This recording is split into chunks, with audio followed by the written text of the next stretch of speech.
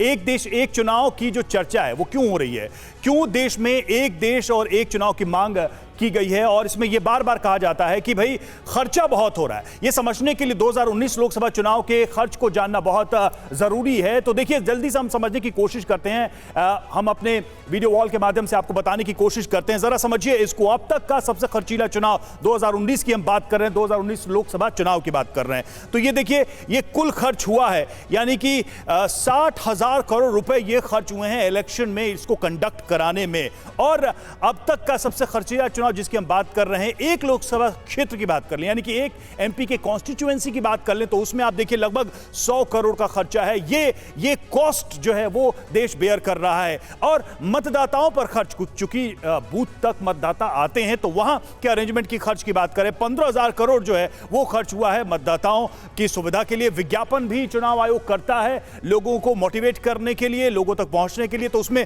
25,000 करोड़ का खर्च उसमें भी आया है विज्ञापन पे। ये हम आपको उस पूरे खर्च का ब्रेकअप दिखा रहे हैं। लॉजिस्टिक पर खर्च जो हुआ है वो 6,000 करोड़ का खर्च हुआ है। औपचारिक खर्च की बात करें तो 12,000 करोड़ इस पे खर्च हुआ है। और दूसरे जो अन्य मद हैं उसकी बात करें तो मिसलेनियस जो खर्चे हैं वो 6,000 करोड़ खर्च हुए हैं।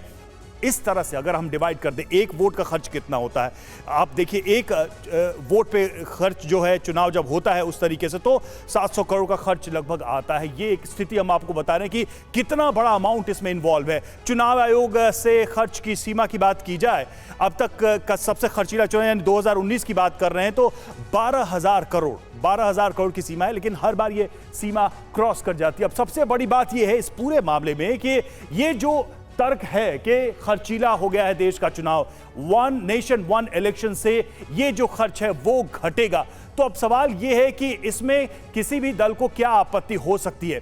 एक अहम सवाल यह भी है कि ये जितनी जल्दी लागू हो, क्या उसका फायदा देश को मिलेगा। हमारे साथ बीजेपी के प्रवक्ता और कांग्रेस के प्रवक्ता भी हैं। साधना जी, पहला सवाल मेरा आप ही से है, आपत्ति किस बात की है? अगर खर्च इतना ज्यादा हो रहा है, पूरा साल इंगेज रह रहा है चुनाव में, वो कम हो जाए, वो सीमित हो जाए, उन संसाधनों का प्रयोग देश के विकास में हो, तो इसमें किसी को क्या आपत्ति हो सकती है? देखिए, हमें आपत्ति सिर्फ एक बात की है। आपत्ति ये कि चुनाव देखिए जब कराए जाएंगे तब होंगे, लोकतांत्रिक पर्व है चुनाव होना, और वो होना जरूरी है।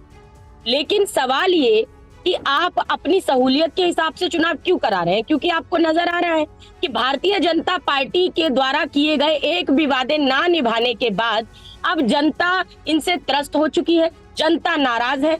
और इसीलिए मुझे लगता है कि भाजपा दशानन की तरह 10 चेहरे लगाकर इस बार सामने आ रही है। अब आप कहेंगे कैसे? देखिए, एक तो द्वेषबाज बीजेपी, दंगाबाज बीजेपी, दगाबाज बीजेपी, लूटबाज बीजेपी, झूठबाज बीजेपी, जालसाज बीजेपी, चालबाज बीजेपी, कहीं शिवराज बीजेपी, कहीं महाराज बीजेपी, कहीं नाराज बीजेपी, और मुझे लगता है बेरोजगारी के बुखार से है नासाज बीजेपी। और इसीलिए कभी अभी चुनाव कराएं, कभी इधर चुनाव कराएं। चुनावों पे ध्यान मत दीजिए भाजपा वालों, ये ध्यान दीजिए कि चुनाव में जो वादे करके जो जुमले आप बता देते हैं उन जुमलों को पूरा करने पे ध्यान दीजिएगा। ये मुझे जरूरी लगता है है। आपने मेरा प्रश्न नहीं सुना, मैं दोबारा दोहरा देता हूं आपकी सुविधा के लिए। नहीं, प्रश्न ये है, मैं फिर से क्योंकि आप कुछ और बात कर रही हैं, मैं कुछ और बात कर रहा हूं। मेरा सवाल ये है कि भाई वन नेशन वन इलेक्शन में मूल आपत्ति क्या है? क्या किसी सिर्फ राजनीतिक वजह से आपत्ति है, या कोई तकनीकी कोई ऐसी बात जिससे देश का कहीं कोई नुकसान हो, वो आपत्ति है? तकनीकी तौर पर हम देख रहे हैं कि कई सारी दिक्कतें हैं, वो संविधान संशोधन को लेकर हैं, वो इंप्लीमेंटेशन को लेकर है। मेरा सवाल ये था कि इस ग्राउंड पर आपकी पार्टी की क्या आपत्ति है?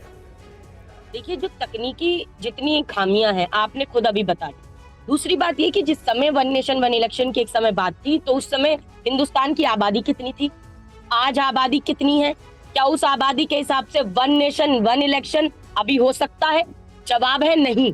और कई सारी परेशानियां, मुझे बोलने की जरूरत क्या है? टीवी 9 भारतवर्ष पे जो शो इस वक्त देश की जनता देख रही है, उस पर कई आपने टेक्निकल प्रॉब्लम्स बता दी। तो मुझे लगता है, मैं बार बार यही कहूंगी कि हमें ठीक आपत्ति है। चुनाव से, देखिए चुनावों से आपत्ति नहीं, चुनाव में जो वादे किए उससे आपत्ति है। क्या ओबीसी ठीक है, वो तो आपकी रैलियों में भी हम देख लेंगे कि क्या आप आरोप लगाते हैं, लेकिन यहाँ हम एक विषय की बात कर रहे हैं। सिद्धार्थ यादव, सीधे तौर पे कांग्रेस की तरफ से ये आपत्ति है। सुन लीजिए, अब दूसरे प्रवक्ता को भी अवसर दीजिए। सीधे तौर पे आपने सुना कांग्रेस के प्रवक्ता को, उनका कहना है कि अपनी विफलता को छुपाने का ये तरीका है। आप क्या कहना चाहेंगे? आरोप बहुत सारे लगा दिए उन्होंने, लेकिन वन नेशन वन इलेक्शन को लेकर जो बीजेपी का लॉजिक है उसमें कितना दम है, और ये जो आरोप है कि विफलता को छुपाने के लिए ये तरीका अपनाया जा रहा है, उस पर आपकी क्या प्रतिक्रिया?